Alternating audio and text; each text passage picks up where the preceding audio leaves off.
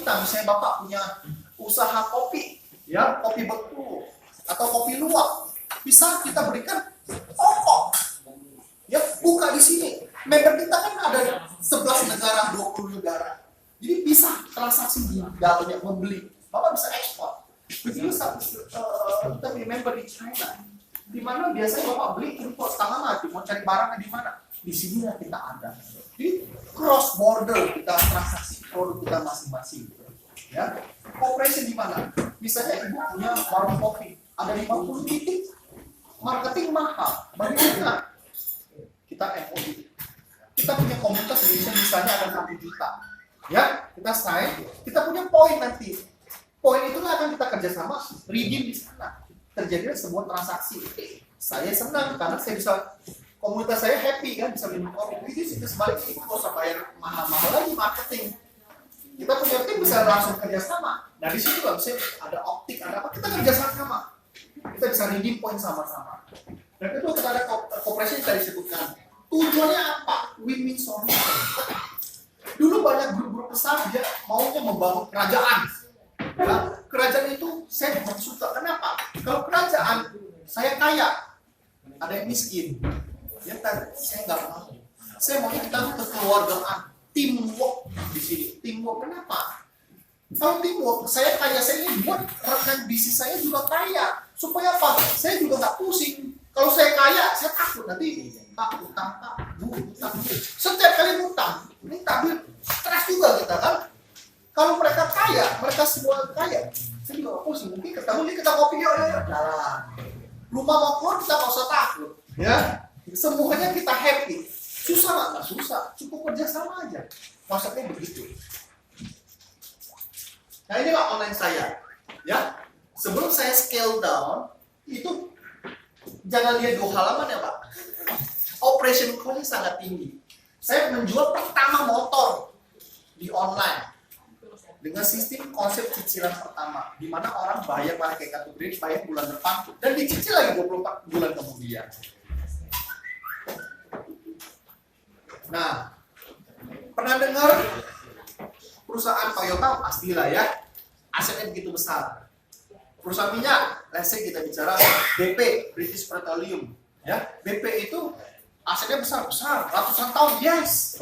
Tapi ingat, hari ini saham Google lebih mahal, Pak. Sahamnya Facebook jauh lebih mahal. Ya, Alibaba hari ini Jack Ma terkaya di China. Ya, dengan teknologi. Makanya kita akan menggabungkan konsep digital dengan yang ada, kita agro di situ, kita akan angkat masuk ke Nasdaq nantinya. Oh iya. Apa yang kita akan perbuat? Nanti kita ada kelola fund, kita akan bentuk namanya entrepreneur. Kita semua di sini entrepreneur sini, kita akan duduk sama-sama, kita gabung, kita bicara. Apa yang kita buat? Kita fund ada, kita bisa investasi, kita bisa bantu, ya. Dan kita akan bentuk namanya corporate finance, kita bentuk namanya, kita bayar third party untuk fund manager, di mana uang kita akan bantu dengan baik. Saya mau kasih tahu, money game bagus nggak sebenarnya? Bisa jawab? Menurut Bapak bagus. Kenapa Pak? Ya, betul. Sebenarnya Pak, money game itu simple Pak. Bank semua bank di Indonesia money game. Dia terima deposito, dia bayar orang 4%, paling tinggi 5%. Tapi dia kasih ke pengusaha 15%, 10% bersih. Mau buka cek bayar lagi, ATM bayar lagi, setiap bulan potong administrasi. Itu money game. Saham money game nggak? BEJ ya, semua perputaran uang money game. Cuman kenapa ada yang negatif? Mereka seperti pisau. Kalau lu pakai yang bagus, potong dengan baik, ya itu diperlukan. Kalau bisa dipakai yang negatif, ya namanya pembunuhan. Begitu aja, konsepnya begitu aja. Makanya saya menggunakan kekuatan ini ke arah yang positif. Ya, disinilah yang bilang corporate finance. Singkat cerita, saya ingin membangun rencana kesejahteraan bagi kita semua. Itu saja. Ya, kalau semua sejahtera, saya nggak terima komplain.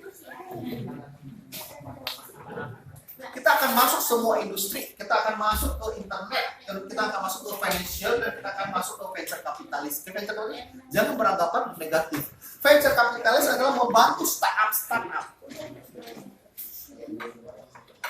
Nah di sini di TPI kita akan masuk ke offline, online, kita juga masuk e-commerce, nama semua produk dan service. Kenapa bisa masuk begitu? Karena kita banyak member. Setiap member punya ide masing-masing. Saya terbatas sendirian.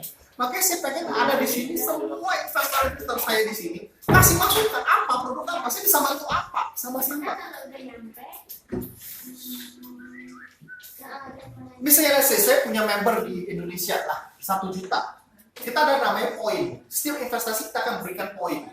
Poin itu bisa belanja, ya. Poin itu dari 1 juta itu poinnya itu terkumpul bisa ada 10 M deh atau 5 M deh.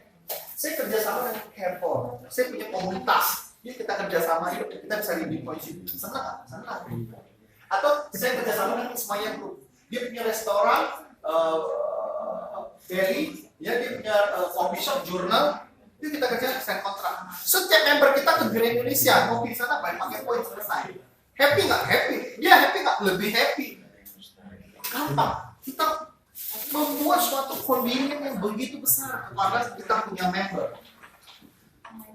Terus nanti online saya akan injek pulsa, voucher, semuanya nanti bisa belanja di sini. Ya, tapi bukan sekarang, sorry ya. Nanti kita ke depannya akan bentuk begitu. Gampang kok. Karena semuanya perlu cost. Kita perlu fund, makanya kita harus investor bantu kita untuk bentuk ini. Ini gampang. Karena sudah ada aplikasinya, tinggal saya jahit aja. Ya, sama dengan hotel. Ya, hotel itu kita bisa seluruh dunia. Misalnya ibu ada di China, di Hong Kong, beli aja di perusahaan kita ini dipakai poin selesai. Ya, begitu juga kita ada tiketing nantinya. Mau beli tiket, hotel, voucher, pusat, semuanya tersedia kita di sini. Nah, ini yang kita yang konkret. Nah, makanya saya kerjasama dengan Bro tadi ada cerita.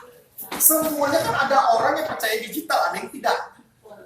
Nah, yang tadi saya cerita adalah intangible asset. Ini yang tangible kita. Tangible kita ada apa? Bro tadi ini pengusaha punya lada, ya. Yang rambut putih ini itu profesor, dia agro 40 tahun orang Malaysia. Setiap 2 minggu beliau datang untuk maintain mereka punya agro.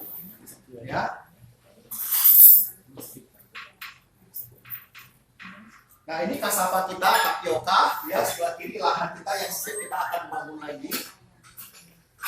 Ini lahan kita, ini yang singkong baru panen 2 minggu yang lalu. Ini kita pabrik sendiri, Ya, kita produksi ini tipe-tipe tapioka kita cukup bagus dan wangi. Kita ada karet, kita juga bantu umat untuk sama-sama kita nikmati hasil panen, ya. Sistem plasma juga ada. Nah, ini kita ada proyek namanya resort nantinya. Kita ada investasi sudah 50 hektar private beach kita. Nah, kita pengen keluar bicara dengan kerjasama lah ya. Satu namanya konsep destination, misalnya water park. Ya, hotel-hotel berbintang. Nah, kita akan rencana bangun villa kayu di beach kita. Ya, ini ada bangun oleh karena dulu kita punya fund sendiri, agak sedikit mangkrak lah. Dan kita juga ada tambang. Tambang kita di Belitung itu ada tambang timah, tapi belum kita beroperasi lagi untuk kita bangun smelter. Nah, di sini yang menariknya di sini. Di sini yang belum tahu Alibaba siapa ya? Alibaba sudah tahu semua lah ya, Jack Ma ya. 15 tahun yang lalu atau tahun 99, beliau itu sewa di apartemen yang sangat sederhana sekali. Ya bisa search di Google lah ya, Jack Ma Alibaba founder, sejarahnya bagaimana. 18 orang itu percaya dan yakin untuk bangun bisnis sama-sama. Oleh karena belum ada uang, belum ada apa-apa, resepsionisnya ngangkat telepon. Udah setahun nggak digaji. Gaji ya uang makan aja lah, ya. Tapi dia percaya konsep itu benar. Sehingga hari ini sama pembantunya cuci baju dikasih saham. Hari ini resepsionis terkaya, pembantu terkaya, orang Alibaba. Kenapa? Kenapa bisa kaya? Waktu itu dibayar pakai saham aja. Luar biasa. Isian. Waktu IPO ternyata $100. Dahsyat sekali. Makanya kenapa Jack Ma dulu interview di KFC aja 23 orang, 22 diterima, 1 gak terima Jack Ma berdirinya. Ya, hari ini dia mendadak orang biasa. 2014 dia orang terkaya. Kita nggak bisa terkaya. Lihat di sini. Kalau orang saham, dia transaksi namanya lot. Satu lot biasanya 60 lembar. Orang transaksi biasanya 500 lot. Ya, artinya apa? 500 kali 60 kali harga saham. Ya, saya melihat di sini. Market capnya Alibaba ada 258 miliar US dollar, setara dengan rupiah kalau saya translate itu 3.500 triliun. Dahsyat nggak? Saya punya 10% aja saham. Kaya raya, makanya Jack Ma terkaya di China. Bagaimana bisa begitu? Nah, simple. Makanya saya buat investor di sini, kita buat transaksi-transaksi yang besar. Ya, di sini lihat, berarti PE adalah price earning, projection. Dia kali 50. Oleh karena konsep isinya bagus dikali 50. Yaitu apa? Yaitu saat dia IPO, waktu dia mau IPO, nilai transaksi dia lakukan kurang lebih 5 miliar US dollar. Sehingga dikali 50 menjadi 250. Makanya dari biasa langsung naik.